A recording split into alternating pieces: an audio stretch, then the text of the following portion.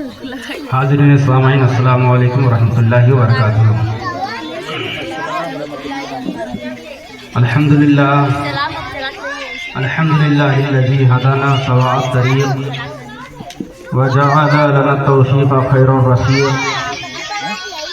والصلاة والسلام علی من ارسلہ ہدی هو بالاهتداء حقیق ونورا به الاهتداء یلیق وعلى آله وأصحابه الذين صعدوا في مناهج الصدق بالتصديق أما بعد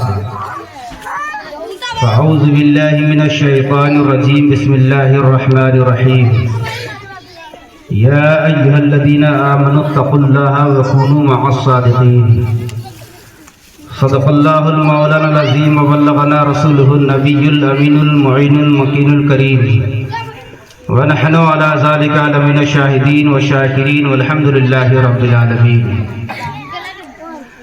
بادۂ توحید کے متوالو، شمع رسالت کے پروانوں، اپنی اور ساری کائنات کی مرکزی عقیدت، ہم غریبوں کے یار، دونوں عالم کے مالک و مختار، محبوب پروردگار، شفیع روز شمار، ہم غریبوں کے یار، صاحب انا کل کوثر کے بارگاہ میں آئیے ہم اور آپ عشق رسالت میں ڈوب کر درود شریف کا نذرانہ پیش فرمائیں۔ اللہم صلی علی سیدنا و شفیعنا و حبیبنا مولانا محمد معدن الجود والکرم وبارک وسلم صلی علیہ الصلوۃ والسلام علیکہ یا رسول اللہ صلی اللہ تعالی علیہ وسلم۔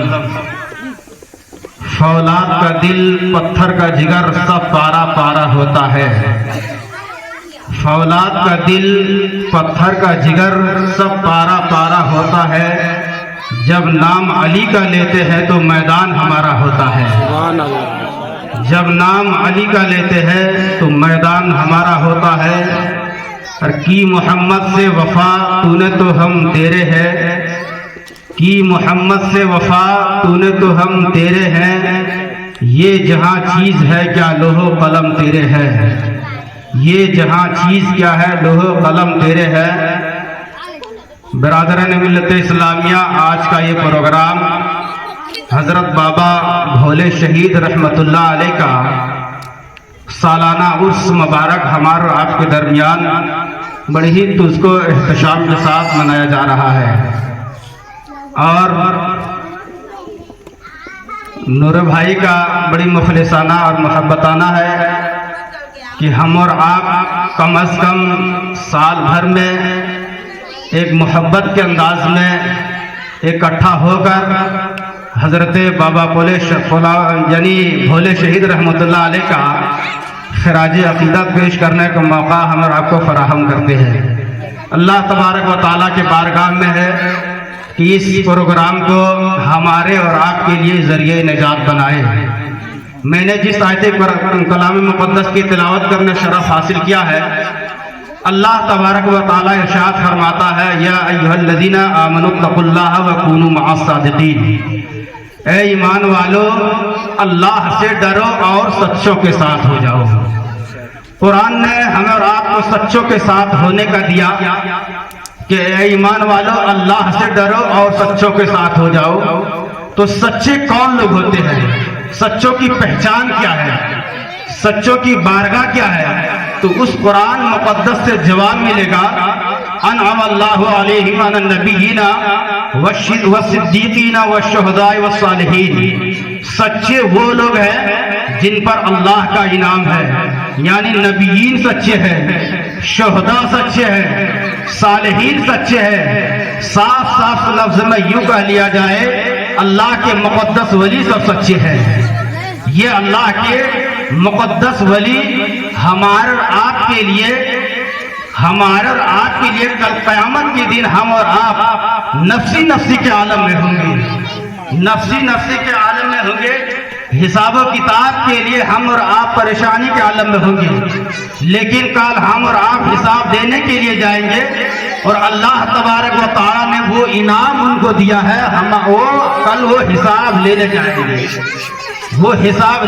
گے، یہ اللہ تبارک و تعالیٰ نے یہ انعام دیا ہے۔ اللہ تبارک و تعالیٰ کا بڑا احسان ہے ہمارا آپ کے اوپر.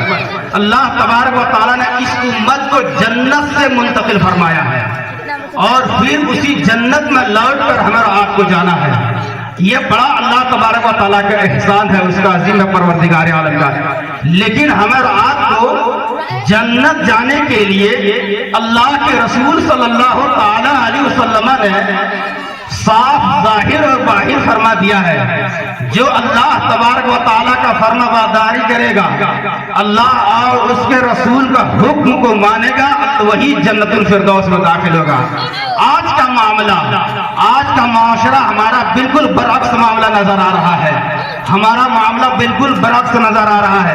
آج ہمارے درمیان میں ایک ایسی راتیں گزری جس رات کا کوئی جواب نہیں تھا, جس رات کا کوئی جوڑا نہیں تھا, لیکن اس رات میں بھی ہم نے اس قدر عبادت کیا ہمارا دل جانتا ہے. آپ سوچیں ہمیں ذرا غور سے کہ ہمیں اللہ تبارک و تعالیٰ کو کس طرح عبادت کرنی چاہیے تھی, ہمیں اللہ تبارک و تعالیٰ کو کس طرح ریاضت کرنی چاہیے تھی. لیکن اللہ تبارک و تعالیٰ کے جس طرح ہماری عبادت ہونی تھی ویسی ہماری عبادت نہیں ہو پائی ہے. لیکن ہم اس امید پہ رب تبارک و تعالیٰ جس کو چاہے گا جنت میں داخل فرما دے گا, جس کو چاہے گا جہنم میں بھیج دے گا, یہ اس کی اختیار ہے. لیکن اللہ تبارک و تعالیٰ کی ایک شان ہمارے مطابق, ایک محبت ہے.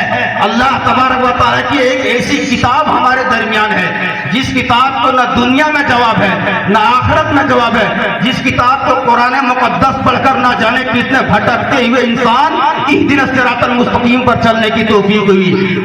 یہی وہ کتاب ہے جس کتاب کو صدیق اکبر نے پڑھا تو دنیا کا صداقت کا تاجدار بن کر دنیا میں جلوہ گر ہوئے. یہی وہ کتاب ہے جس کتاب کو حضرت عمر فاروق رضی اللہ تعالی عنہ نے پڑھا ہے تو عدل و انصاف بن کر دنیا میں جلوہ گر ہوئے. یہی وہ کتاب ہے جس کتاب کو عثمان غنی رضی اللہ تعالی عنہ نے پڑھا ہے تو سخی کے سخاوت بن کر دنیا میں جلوہ گر ہوئے. یہی وہ کتاب ہے جس کتاب کو مولا کائنات حضرت علی شیر خدا نے پڑھا ہے تو شیر خدا کے بہادر بن کر دنیا میں جلوہ گر ہوئے. یہی وہ کتاب ہے جس کتاب کو امام حسین نے پڑھا ہے تو کربلا کی مقدس سرزمین پر شہید اعظم بن کر چمکے. یہی وہ کتاب ہے جس کتاب کو غوث اعظم نے پڑھا ہے تو دنیا کے غوثیت بن کر چمکے. یہ وہ کتاب ہمارے درمیان اللہ کے رسول صلی اللہ علیہ وسلم پر جو نازل فرمایا. ہم آج قرآن نہیں پڑھتے ہیں, ہمارے پاس وقت نہیں رہا. آپ یہ ضرور دیکھیں کہ آج جو ہے وہ زمانے میں وہ زمانہ تھا جو آج سے 13 سال کے زمانہ تھا. قافلائیں جو چلتی تھی تو مسلمانوں کے لوگوں کے گھروں سے جب قافلائیں گزرا کرتے تھے تو یہ قرآن مقدس کی آوازیں آیا کرتی تھی اور جو ہے تو لوگ سمجھ جاتے تھے کہ یہ تہجد پڑھنے والا کا علاقہ ہے, یہ تہجد پڑھنے والا کا علاقہ ہے.